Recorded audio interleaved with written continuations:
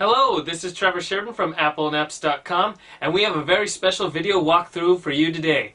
We're going to be testing AirPlay Mirroring, the new feature coming in iOS 5. We got our iPad 2 with iOS 5, we got our Apple TV. The setup is done, so let's check it out. As you can see, we have our iPad 2 here. It has no cables in it whatsoever, and we got our Apple TV set up. To start mirroring, you just go to the multitasking bar, turn on AirPlay, and an option for mirroring comes on.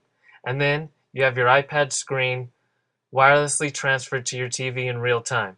That's it. Everything you do now on your iPad will be on your TV via the Apple TV and AirPlay Mirroring. Now our video is going to focus on the TV itself rather than including the iPad also in the view, just so you can see how fast everything is rendered from the iPad 2 to the TV completely wirelessly. As you can see in the video, we got photo booth with all 9 views running up onto our TV, and we showed that you can work in portrait mode as well. Now we're going to go just from app to app, all kinds of apps that don't really have AirPlay built into them, and just see how this mirroring feature works. And now you don't need that $39 HDMI digital AV adapter from Apple. This is just going to be completely wireless thanks to iOS 5 and AirPlay Mirroring. We look at Safari, we look at Pulse Newsreader. Just really, we're going to go through every single app. So hope you enjoy and are ready to see what AirPlay Mirroring can really do for you. No longer is everything on your iPad limited to the iPad screen. You can look at maps, news, internet, Twitter, and of course games. We're going to have a big boatload of games because gameplay is going to be the most data that's going to be transferred wirelessly, and it's going to be the most chance that there will be stutter or delay going from your iPad 2 to your Apple TV wirelessly. What better way to start looking at games is than one of the most popular games, Angry Birds. So here we got the Rio version, and we'll just launch up a level and see if there's any kind of delay at all.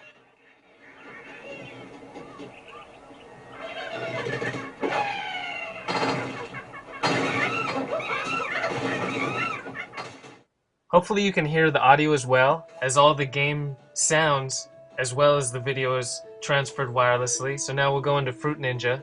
And this is a game that if you're familiar with playing it on your iPad, you can look at the TV screen and swipe on your iPad. You can really be familiar with where the fruits are because there's only so much room on the iPad. You become relative and know where everything's going to be. It takes a while, but you can definitely play it without staring down at the iPad screen. You might not be as good as if you would, but you can play games like Angry Birds and Fruit Ninja up on the big screen with no effort really on your part. Flip one switch, you got AirPlay Mirroring. So we're going to look at some more apps. We'll let you look at this for a bit.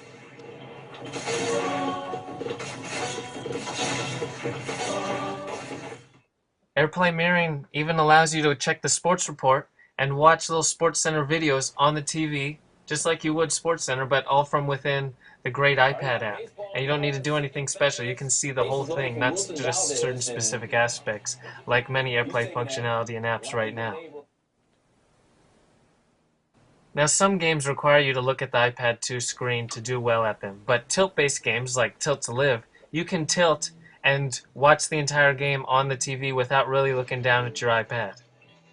It's amazing. It really comes as close as possible to feeling like a console with the controller in your hand and all the gameplay on the TV.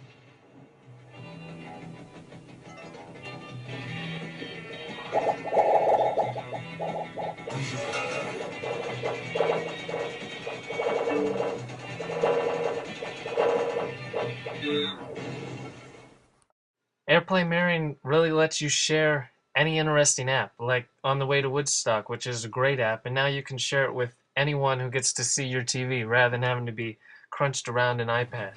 So it's just revolutionary. This is without a doubt the greatest feature in iOS 5, and to actually use it, it's simply amazing. So we'll just keep reiterating this as we show you more and more what AirPlay Mirroring can do.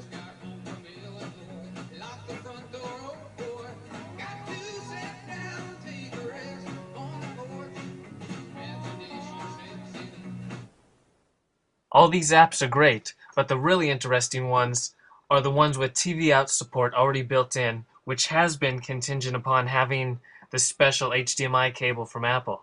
Now, that works completely wirelessly. As you can see, we have Real Racing 2 HD, and it's running in full 1080p completely wirelessly from your iPad 2 up to your big screen TV. As you can see, the iPad 2 has no wires in it at all, and all the video of the game is up on the TV, and you just use the iPad 2 as the controller. This is the same as if you were using the wired TV out support, but now it's completely wirelessly. All the video is thrown up to the TV in full HD, and you just use the iPad as the controller with gas, brake, and tilt to steer. Now this is the closest thing to a console game the iPad 2 has even come close to, as you have a controller and you got full HD on the TV, and it's all done wirelessly. And there's no effort or setup at all. You just open the app and it starts working just like this. The best aspect is, even with all this highly rendered graphics, it runs effortlessly with no stutter or slowdowns at all, and it really looks amazing, and it's by on to doubt the best feature iOS 5 or anything that Apple's even come up with yet. It's simply amazing. The most amazing part is this is a beta, and the full version isn't even coming out for 3 months, and Real Racing 2 hasn't been optimized for this technology at all. It's great to see an iPad 2 game take up the entire TV at full display rather than the letterbox that has been with other apps, because this is actually natively built-in support. And there's other apps beyond Real Racing 2 HD. There's War Pinball, which also uses the TV out support with the HDMI cable. And you start up the game, it's letterbox, but then once you get into the actual pinball game, you can see it takes the entire screen. Now let's show you how it looks. You can tell it's completely responsive. You got the ball bouncing up in the top left. And now we'll show you with the iPad 2 as the controller in the foreground. This is another game where the iPad's the controller. You pull the plunger and you tap the left or right side of the screen for the flippers in the pinball game. With these full HD ones, there are some slowdowns from time to time, but there's going to be some optimizations done in the next 3 months, and everything will be perfectly silky smooth. When you think of a graphically intense iPad 2 game, you have to think of Infinity Blade. This game hasn't had full HD support, but still, it looks great running even letterbox up on your TV. And there's so much action on screen, and it all runs great, with the various sword attacks and sword swipes and dodges. So let's just try to show you as much as we can with the iPad in the foreground, that TV in the background, and see how mirroring in real time the actions are.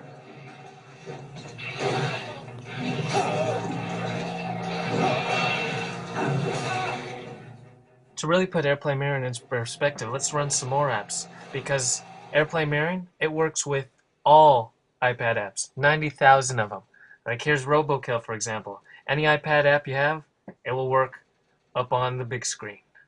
Hopefully more developers tweak it for full HD TV out support, but even not, it's great playing any iPad game up on the big screen.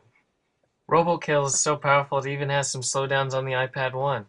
Another powerful, graphically intense game is Death Rally, with a lot of explosions and action on screen. And both Death Rally and RoboKill rely on joysticks, virtual joysticks, which once you know where they are, this is another style of game that you can just play completely by looking up at the TV screen. And of course, who doesn't like seeing plants destroying zombies up on the big screen? Really, the possibilities are endless. You could even run iPhone apps in 2x mode up on the big screen. Anything on the iPad will be up on your big screen thanks to AirPlay Mirroring. As a matter of fact, you can even look at the App Store up on the big screen to find the next app you'll be using up on the big screen.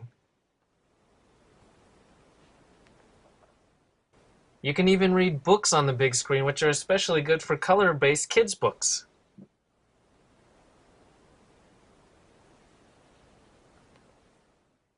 On top of that, now all your photo albums are available to be viewed and shared on the TV as well.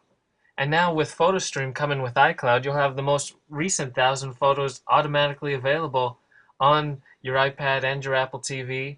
And here's a little small showing of the new editing photos feature in iOS 5. But yeah, you got photos on the big screen of all the albums stored on your iPad.